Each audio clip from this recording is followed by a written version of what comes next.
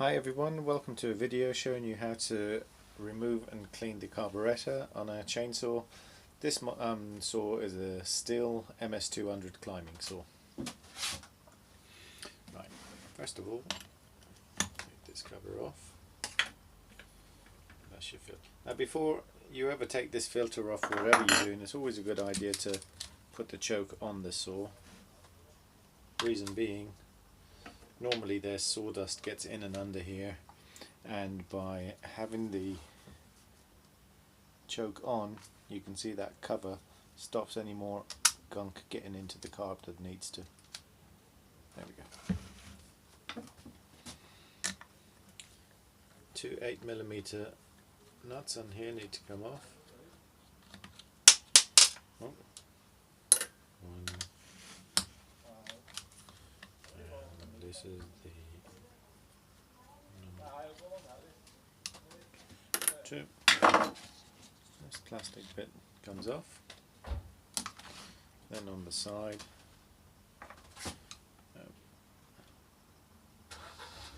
this little bit coming off here.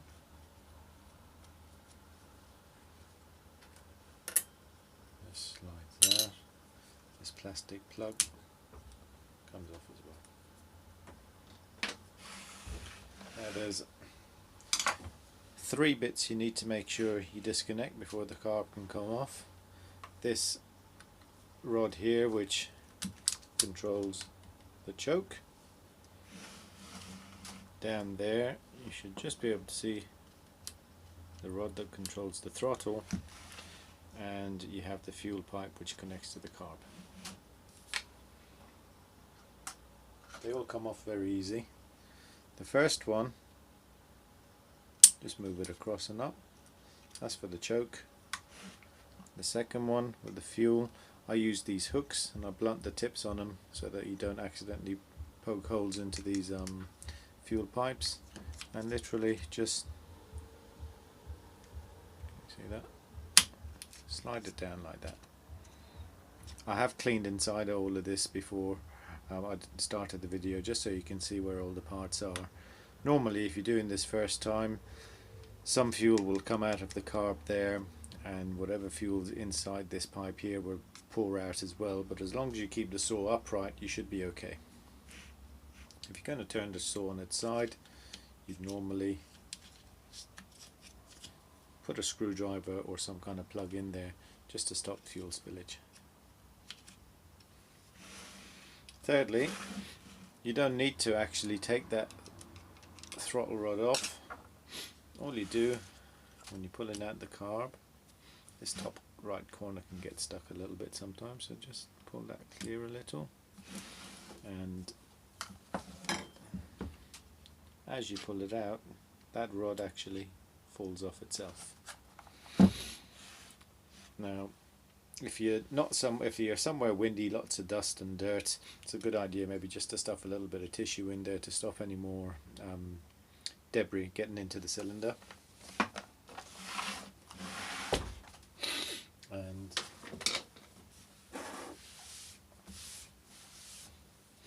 this is the carb. This is a Zama carb. This, first of all, we'll do this end, which has the big screw. The other end has 4 smaller screws. I'll unscrew that one.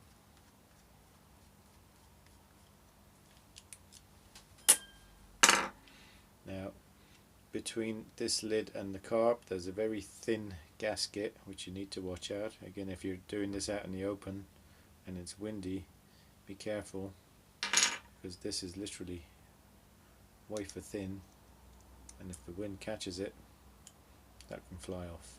So be mindful of that. This locates back onto here, but we'll give those a clean in a minute. This is the important part, because this big hole here is actually where you get most of your junk. It's like a very fine mesh which collects dirt and it's also very obvious if you've used old fuel which has been sat maybe for 4, 5, 6 months over winter and you've gone to reuse it, two-stroke mix. It'll end up looking like a thick creamy kind of, it's almost like someone's rubbed, well, just literally like paste in there, and it'll cover most of that hole in there. So what we do, there's various ways that you can clean the carb. First way, I just use some carburetor cleaner. You can get this in car repair shops, over the internet, or if you're out in the open, you're doing a job and you haven't got anything to hand, you can actually use petrol. It's as long as it's clean petrol, obviously, just to try and rub all the dirt out of this. Normally you'd have, you know, sort of little spots of dust and sawdust and debris. If some people boil the carburetors, they take the rubber parts out, obviously, and stick them in to try and get rid of all the sort of residue. I've also got an ultrasonic cleaner, which again you can strip parts off and put it in the ultrasonic bath, and that does help get rid of a lot of the gunk in the nooks and crannies, if you like. Now what we'll do, the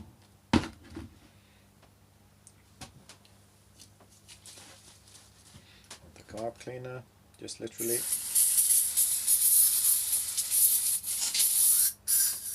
get into the little fuel pipes, into the chamber.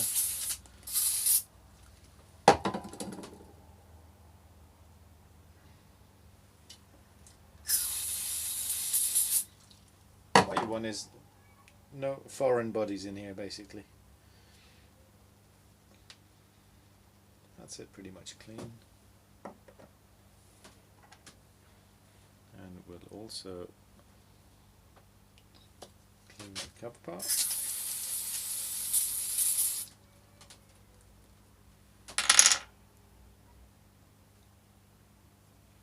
And the gasket.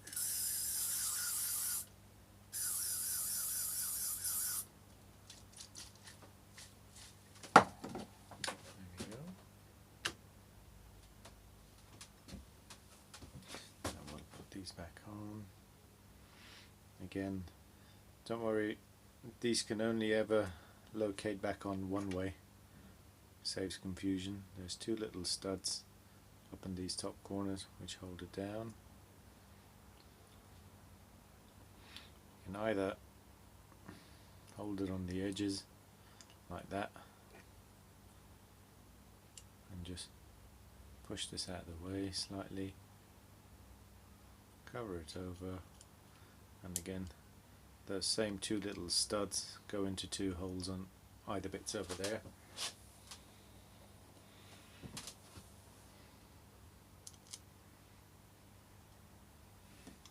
And then we tighten this back up. Now the body of these is just cast aluminium, so you want to be careful not to over tighten these. You don't want to ruin the thread on them. On the other side, this is, well, actually I'll show you this air intake inside here, because once the carb sits there, that's what sits in that top right hand corner, so again you can get debris going in there. I'll take this off. I'll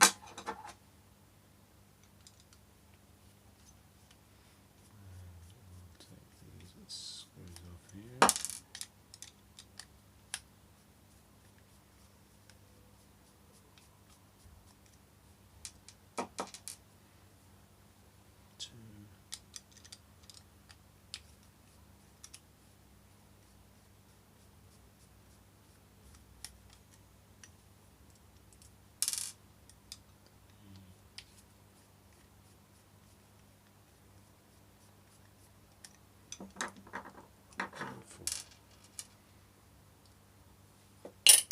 Now there is another rubber gasket under here. It's not as flimsy as the other one, so again just be careful when you're taking it off that you don't accidentally drop it, because we need that. And again we'll give these a clean. That was where the air goes in, so all along here can potentially have dirt.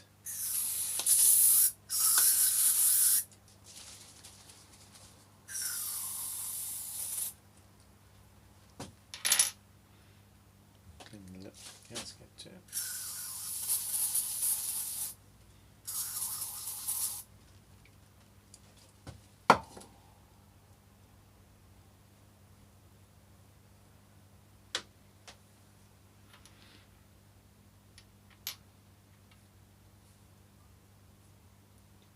Now again, an easy mistake to make is suddenly you think, oh god, which way around was it? Again, this stud over here corresponds to a little hole onto there. So they're quite idiot proof really, and it just sits on. And also here.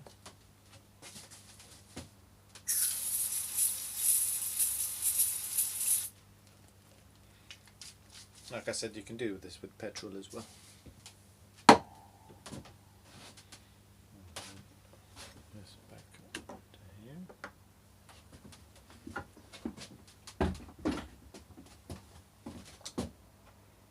And put this cover back onto the carb, which again can only go on one way. You can see the way this shape of it is, it'll only accept it one way round. Oops.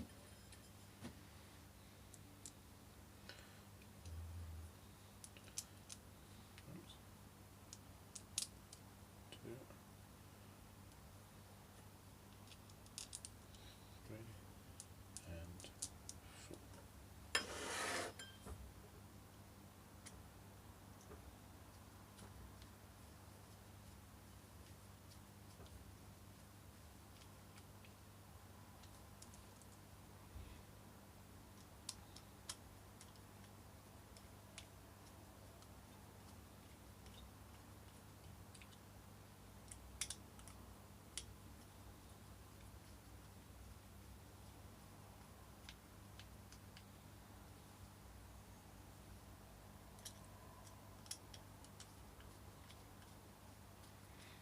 Again, no need to over tighten these. Once they're there, just a little nip up.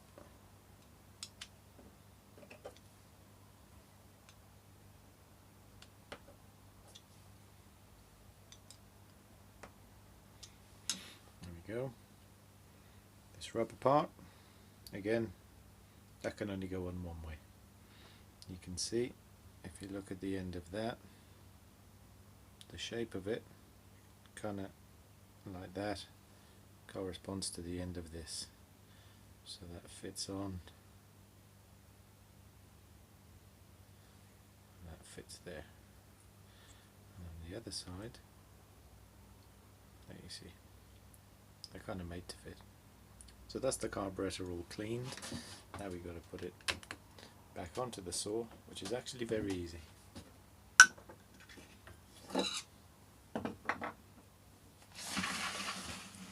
So remember, there was 3 parts that need to go on.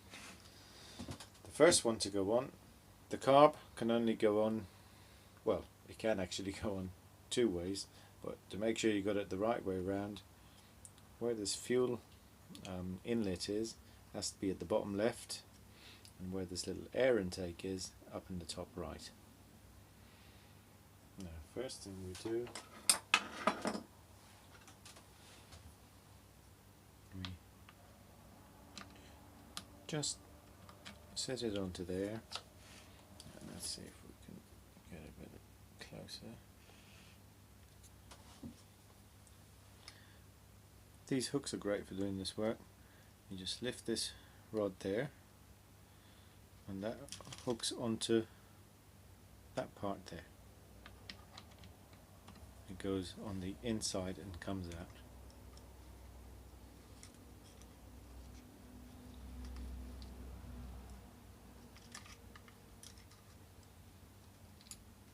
Oops. Hang on, now if I get this on properly. There. So you see, that's just poking through, and just slide it in. Once it gets to a certain point, it can't actually fall out, so you're okay. This top right, just lift this, allow that to go in. Easy mistake to make, I've done it in the past, is there's two holes where this lever can go into. It's not the one that's closest to it. It's actually because in fact, let me just zoom this out. Remember, we had the choke on to start with. So see, at the moment nothing's happening because it's not connected. So we just pull this back, roll it forward, and slot it into the hole. So it's actually the one out of the two holes on the choke bar that's the one furthest away that this goes into.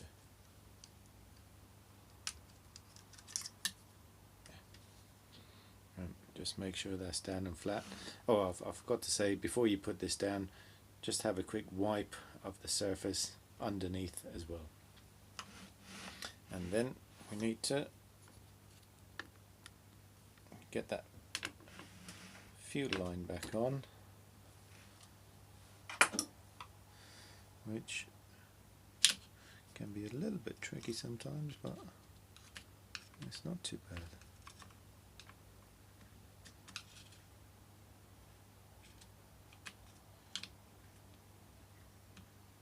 Just get it lined up there, and this is why you need to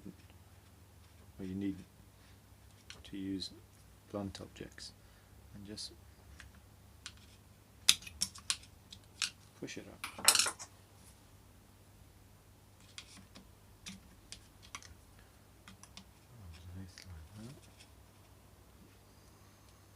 There we go. So that's all the way up on there now. And then on here we put this plastic part back on. This bit goes back in. The frost bit use when it's cold weather, and the sunny bits facing out is for sunny weather. It's starting to, we're towards the end of September now up in sunny Scotland, so I'll put the winter setting on, I think.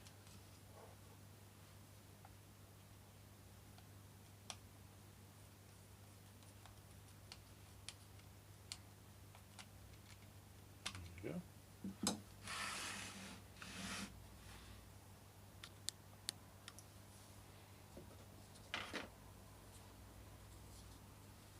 See, that air intake has got a hole to correspond to. So before we put everything together, it's always a good idea just to check that yes, that these levers are all in the right place. And down in there, the throttle.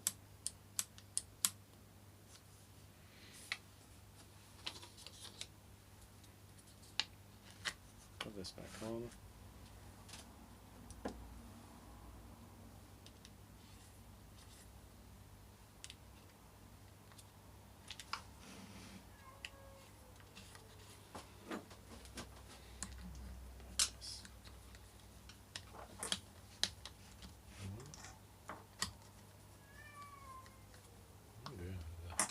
Cat's not happy somewhere. Put this back on there. This goes in here. And click shut. There you go. So nice and easy. And ideally you can probably do with a tune-up to get it running tip-top again. That's it. I hope that video is of use to you. If you like it, please give it a thumbs up, and feel free to look at my other videos and subscribe. Thank you very much.